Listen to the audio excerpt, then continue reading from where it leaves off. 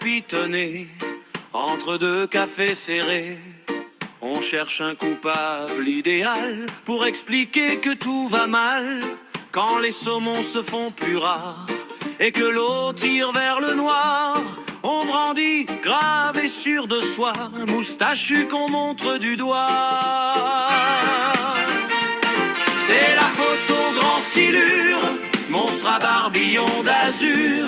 S'il pleut trop, s'il pleut pas assez, c'est lui qu'on vient accuser.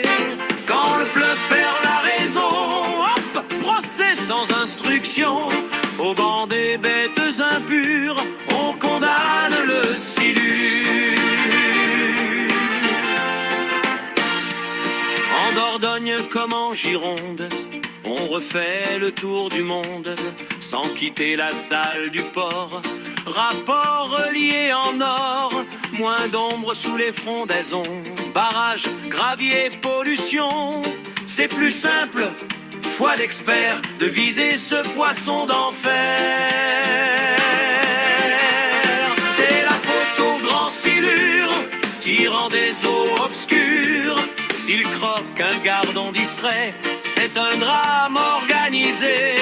Et si la lose se fait rare, on rédige un nouveau placard.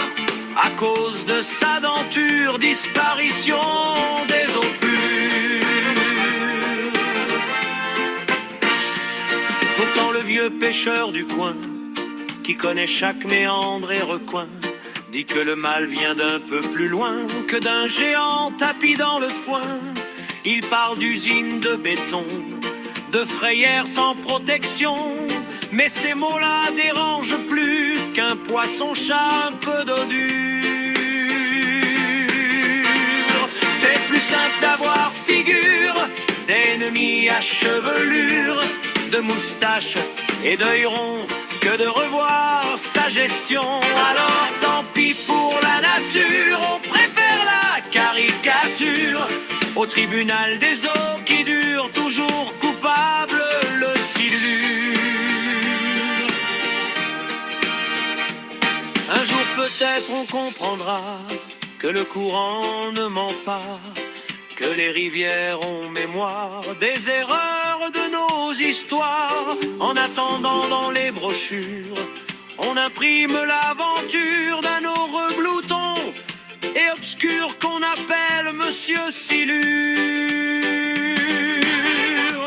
Chantez fort, bonnes gens sûrs, la légende du silure. Pendant qu'on cherche un bouc émissaire, le vrai problème reste sous terre. Et dans le clapotis qui murmure entre Dordogne et Gironde pure, rit doucement, sans forfaiture, le vieux